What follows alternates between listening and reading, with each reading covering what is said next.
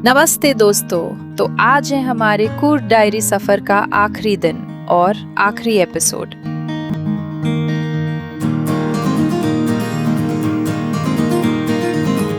पिछले 2 एपिसोड्स में हमने आपको दिखाया रास्ता, बारिश में भीगते पहाड़ और वो 2 खूबसूरत रिजॉर्ट्स जहां हम रुके थे।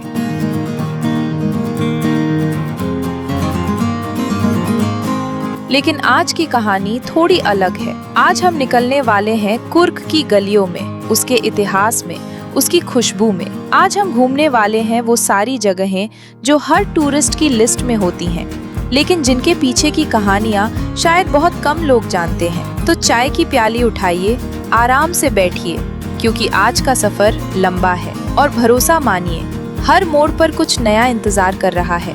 चलिए शुरू करते हैं।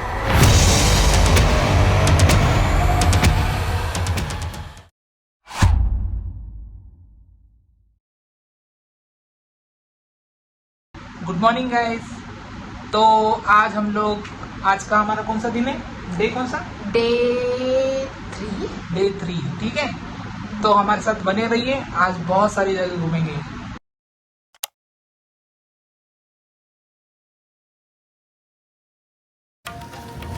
हमारी सुबह की पहली मंजिल थी राजा सीट। मदिकेरी के बीचों बीच बसी इस जगह का नाम सुनते ही एक अलग सी उत्सुकता होती है ना? राजा की सीट, यानी वो जगह जहाँ कभी राजा बैठा करते थे। और जब हम वहाँ पहुँचे तो समझ आ गया कि ये नाम क्यों पड़ा।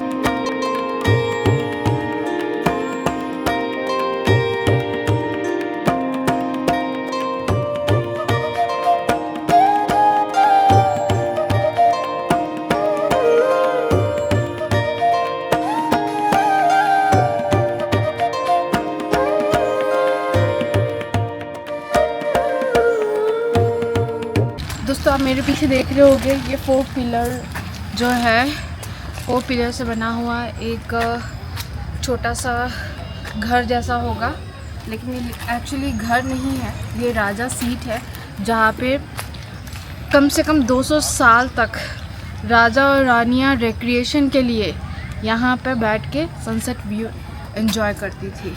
लाइक एटलीस्ट 1600 सेंचुरी से लेके 1600 से लेके 1834 तक के।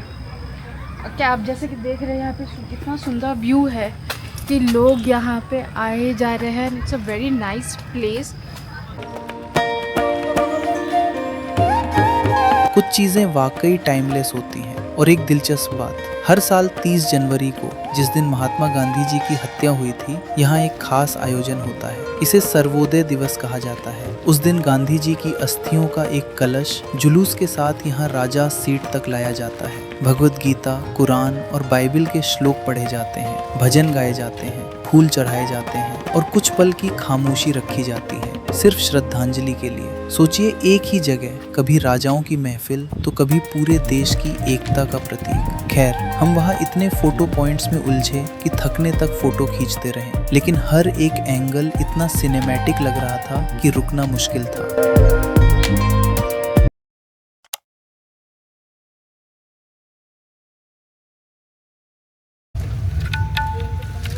राजा सीट से निकलकर हमारा अगला पड़ाव था मदिकेरी फोर्ट, जिसे मरकारा फोर्ट भी कहा जाता है।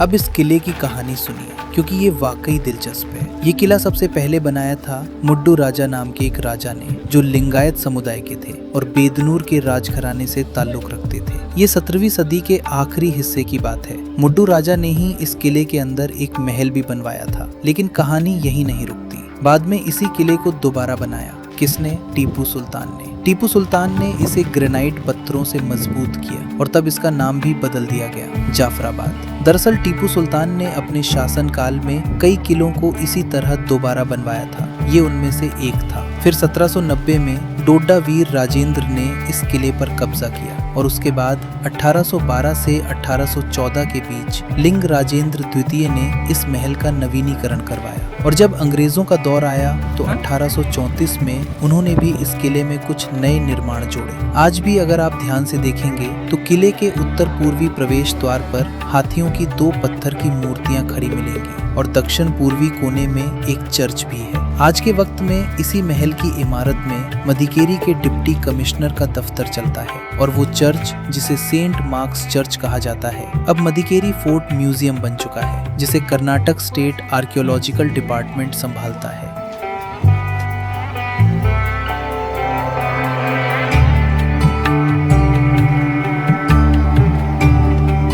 अब यहाँ एक चीज मैं आपको जरूर दिखाना और बताना चाहता हूँ। हमें यहाँ कुछ ऐसे भी टूरिस्ट दिखे जो दीवारों पर अपना नाम खुरच कर लिख रहे थे। भाई ये हमारी विरासत है, ये हमारा इतिहास है, इसे खराब करना बिल्कुल गलत बात है। प्लीज जहाँ भी घूमने जाएं, उस जगह को वैसे ही छोड़कर आएं जैसे वो थी या उससे भी बेहतर। अच्छी बात ये भी थी कि यहाँ एक पॉइंट ऐसा भी है जहाँ से पूरा मदिकेरी शहर एक नजर में दिख जाता है। वो व्यू सच में देखने लायक था।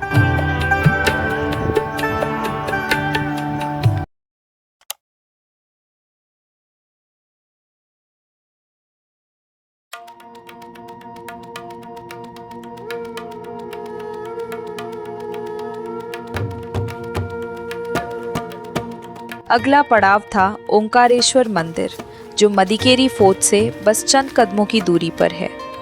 जैसे ही हम वहां पहुंचे, एक अलग ही सुकून महसूस हुआ। इस मंदिर का आर्किटेक्चर बहुत ही यूनिक है। केरल स्टाइल की लाल टाइल वाली छतें और साथ में इस्लामिक स्टाइल के गुंबद, ये कॉम्बिनेशन शायद ही आपको कहीं और देखने को मिले। ये मंदिर बनवाया था राजा लिंग राजेंद्र द्वितीय ने 19वीं सदी की शुरुआत में, और इसके पीछे की कहानी सच में दिल छू लेने वाली है। कहते हैं कि अपने राज्य के विस्तार के दौरान राजा से गलती से एक निर्दोष व्यक्ति की हत्या हो गई थी। इस बात का इतना गहरा पछतावा राजा को हुआ कि उन्हें रातों को नींद ही नहीं आती थी, बुरे सपने आते थे। तब राज पुरोहितों की सलाह पर इस गलती का प्रायश्चित करने के लिए ये मंदिर बनवाया गया। ये मंदिर भगवान शिव को समर्पित है और यहाँ का शिवलिंग काशी से लाया गया माना जाता है। मंदिर के बीचों बीच एक बड़ा जल कुंड है, जिसके बीच में एक मंटप बना है, जो इस पूरी जगह की खूबसूरती को और बढ़ा देता है। अगर आप जाने का प्लान बना रहे हैं तो ये मंदिर सुबह 6:30 बजे से दोपहर 12 बजे तक और शाम 5 बजे से रात 8 बजे तक खुला रहता है।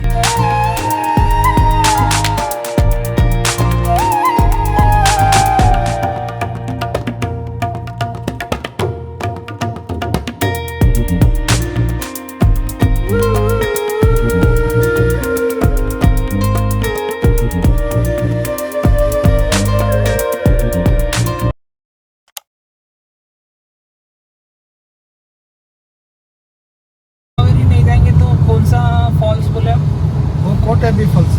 कोटेबी फॉल्स। यहाँ से निकलकर हम पहुँचे एक कॉफ़ी प्लांटेशन पर, जहाँ एक गाइडेड टूर था। टिकट थी सिर्फ 200 रुपये प्रति व्यक्ति, और भरोसा मानिए वो 200 रुपये बिल्कुल वसूल हो गए। यहाँ हमें बहुत कुछ सीखने को मिला। कॉफ़ी की एक बीन से लेकर आपकी कप तक पहुँचने की पूरी प्रोसेस, वो भी बड़े ही दिलचस्प अंदाज में समझाई गई। इसके अलावा वहाँ कई तरह के मसालों के पेड़ पौधे भी थे, जिनके बारे में भी हमें अच्छी खासी जानकारी मिली। Bird eye chilies are smaller in size but very hot chilies. We'll make wine out of it. Arabica वाला कॉफ़ी बीन्स।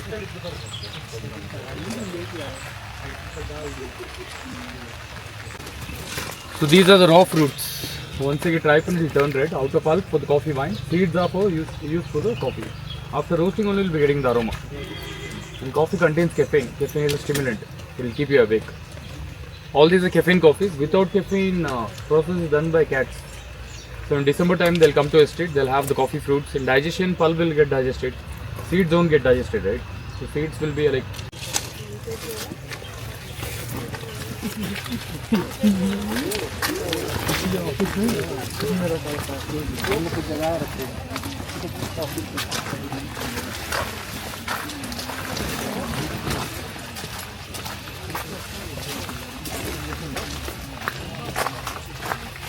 आगे चलो, आगे आगे आगे चलो, ठीक है। And this is champa flower, you know, champagi. हाँ, A yellow flower which has very good fragrance, will be used for the perfumes, agarbadis and all. And this is nature's sugar candy fruit custard apple, seetafal. Smoothies, milkshake, ice cream and all. सीताफल का। And here the tall tree with mango leaves, that's wild mango tree. Smaller in size, sweet and sour in taste, will make a wild mango curry with acidity and dry as well. And this is 100 years old mahogany tree. 100-year-old। Mahogany for the furniture. ओहो भैया। And decaf one in December time, season time. This is blending machine, Arabica, Robusta, coffee, chicory. All the flavors will be blended here. Mixer machine, mixer kind of machine. You can have one piece. So it's bitter and butter taste. Sugar is not added. So in white chocolate. और सबसे अच्छी बात, यहाँ उन्हीं का अपना उगाया और बनाया हुआ एक स्टोर भी है, जहाँ ज़्यादातर चीज़ें चाय, कॉफ़ी और मसालों से जुड़ी हुई मिलती हैं। अगर आप कुर्ग जाएं तो यहाँ से कुछ शॉपिंग ज़रूर करें, घर के लिए भी और गिफ्ट के लिए भी।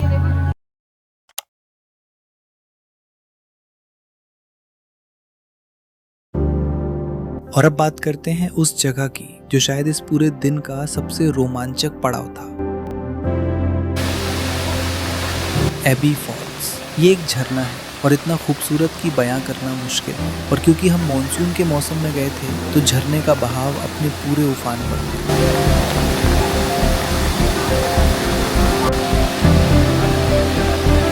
पानी की वो आवाज़, वो सफ़ेद फुहारें, सच में देखने लायक नज़ारा था। हाँ, चूँकि हम वीकेंड पर गए थे तो भीड़ भाड़ थोड़ी ज़्यादा थी, लेकिन इसके बावजूद हमने इस पल को पूरे दिल से एंजॉय किया। तो गाइस, हम लोग यहाँ पे एबी फॉल्स में आए हैं। उसके यहाँ झरना है, उसके ऊपर बारिश भी हो रही है। मस्त लग रहा है ना, लेकिन बहुत अच्छा लग रहा है ना। हाँ, मस्त तो लग रहा है, लेकिन बारिश भी समझ में नहीं आ रहा पानी कौन सा बॉडी पे आ रहा है, झरने का या बारिश का।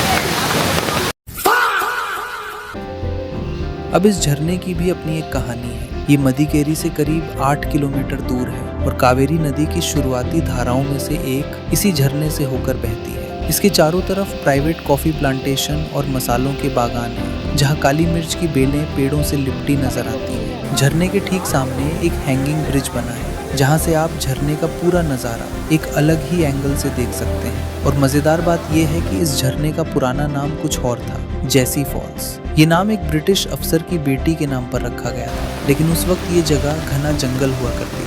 सालों बाद नेरावंडा बी नानैया नाम के एक शख्स ने इस जगह को खोजा, सरकार से खरीदा और इसे कॉफ़ी और मसालों के बागान में बदल दिया, जो आज भी इस झरने के चारों तरफ फैला हुआ है।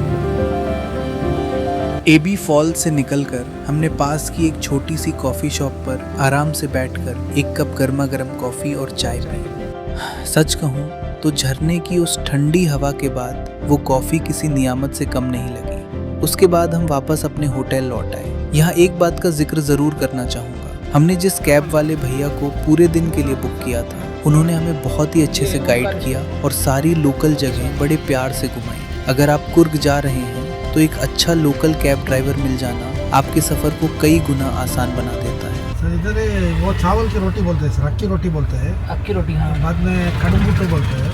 ओके। बाद में पोर्क फेमस है सर। तो पोर्क। हाँ, पोर्क फेमस है। अच्छा अच्छा। बाद में पोर्क। फिश में रहेगा तो वो है ना सर, हाँ फिश करी बोलेगा तो वो फेमस है। अच्छा। क्या बोलेगा तो वो थोड़ा मैंगलोरियन स्टाइल है। हाँ। मैंगलोरियन में कोकोनट ऑयल यूज़ करता है ना, हाँ। इसलिए थोड़ा अच्छा रहता है। बट इधर लोकल फूड बोले वो अक्की रोटी है ना? अक्की रोटी है सर, अक्की रोटी, वो राइस बॉल। हाँ। तो मटन इधर वो गोट का मिलता है क्या? गोट का बोले तो कैसे है सर? गोट और शीप दो आता ना? नहीं, इधर गोट का ही मिलता है सर। इधर गोट का ही है। हाँ, गोट का बोले तो आपको मटन खाना बोले तो कर्नाटक स्टाइल का खाना बोलेगा तो हाँ उधर KSRTC बस स्टैंड के पास एक महिलारी होटल बोल के है, हाँ। उधर मटन अच्छा स्मूथ रहता है। ओह, अच्छा। लेकिन हर सफर में कुछ न कुछ अधूरा रह ही जाता है ना। हमारी लिस्ट में एक जगह और थी जिसे हम बहुत देखना चाहते थे, मंडलपट्टी पीक पॉइंट। ये एक बहुत ऊंचा व्यू पॉइंट है घाटी के बीचों बीच, और कहते हैं यहाँ से नज़ारा बेहद खूबसूरत होता है, अक्सर बादलों की धुंध में लिपटा हुआ। लेकिन अगली सुबह जब हम वहाँ जाने की सोच रहे थे, बारिश शुरू हो गई और हम वहाँ नहीं जा पाए। तो ये एक वजह छूट गई अगली बार फिर से कुर्ग आने की। अगर आप वहाँ जाना चाहें तो ध्यान रखिएगा, वहाँ जाने के लिए आपको लोकल जीप ही लेनी पड़ती है, या तो प्राइवेट या फिर शेयरिंग में।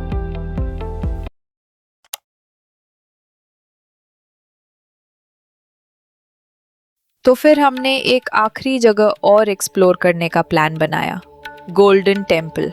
जी हाँ, ये एक तिब्बती गोल्डन टेम्पल है और सच में बेहद खूबसूरत है। इसका असली नाम है नामद्रोलिंग मॉनेस्ट्री और ये भारत की सबसे बड़ी तिब्बती बस्तियों में से एक है। ये कुशाल नगर से करीब 5 किलोमीटर दूर बायला कुप्पे में स्थित है। ये पूरा कॉम्प्लेक्स लगभग 16,000 शरणार्थियों और 600 भिक्षुओं का घर है। जरा सोचिए, इतनी बड़ी एक पूरी दुनिया कुर्ग के बीचों बीच बसी हुई। मॉनेस्ट्री का मुख्य द्वार एक 4 मंजिला टॉवर है जिस पर बौद्ध धर्म के प्रतीकों वाला एक पहिया बना है। अंदर मुख्य आकर्षण है भगवान बुद्ध की विशाल मूर्ति और उनके दोनों तरफ भगवान अमितायुस और भगवान पद्मसंभव की मूर्तियाँ। यहाँ आने वाले लोग प्रार्थना करते हैं, ध्यान लगाते हैं, अपनी श्रद्धा अर्पित करते हैं और मणि प्रेयर व्हील्स को घुमाते हैं। कहा जाता है कि इन प्रेयर व्हील्स को घुमाने से वही पुण्य मिलता है जो ओम मणि पद्मे हूँ का जाप करने से मिलता है। वहाँ की शांति, वो रंग बिरंगे झंडे हवा में लहराते हुए, वो घंटियों की आवाज सच में एक अलग ही दुनिया में पहुंचा देती है।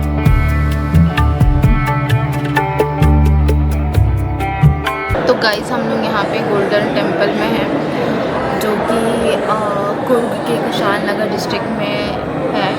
एंड ये नॉर्मली टिबेटियंस का प्लेस है जहाँ पे वो लोग अपनी बोलना चाहिए कि कॉलोनी बना के रखे हुए थे। They came here in India and वो यहाँ पे सेटल हो गए थे। It was in 1963। तो उन्होंने अपनी ये एक जगह बना ली है जहाँ पे वो लोग टीचिंग्स, प्रीचिंग्स, जो भी बुद्धा से रिलेटेड है वो सारी चीज़ें यहाँ पे करते हैं।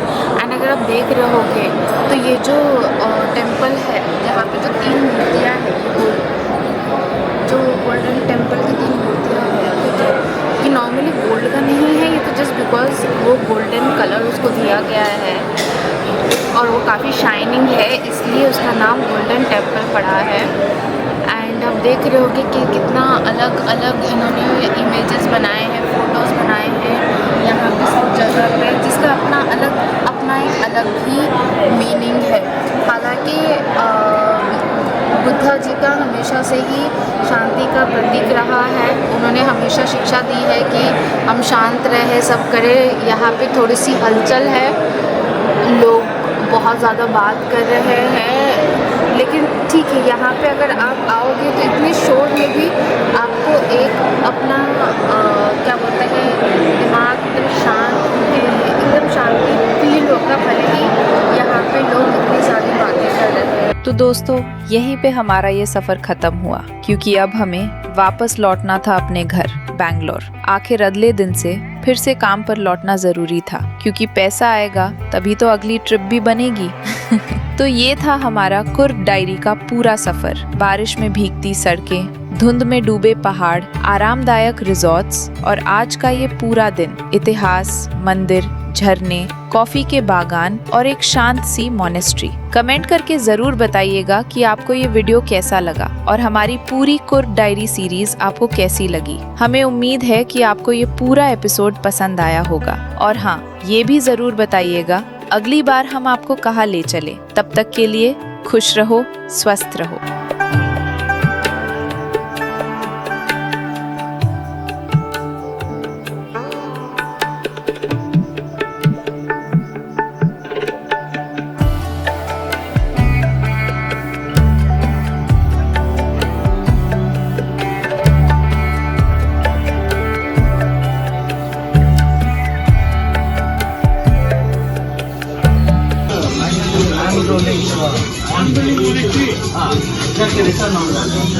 Golden Temple.